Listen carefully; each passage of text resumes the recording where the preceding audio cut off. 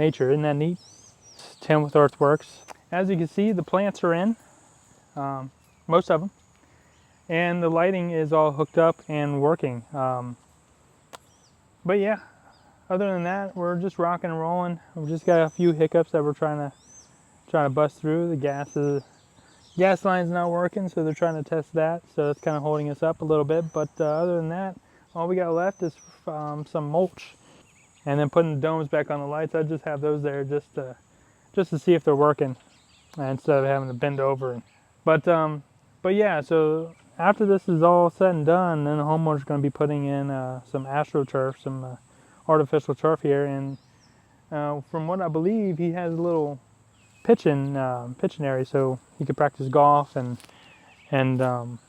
putting. So that's going to look very unique after it's all said and done.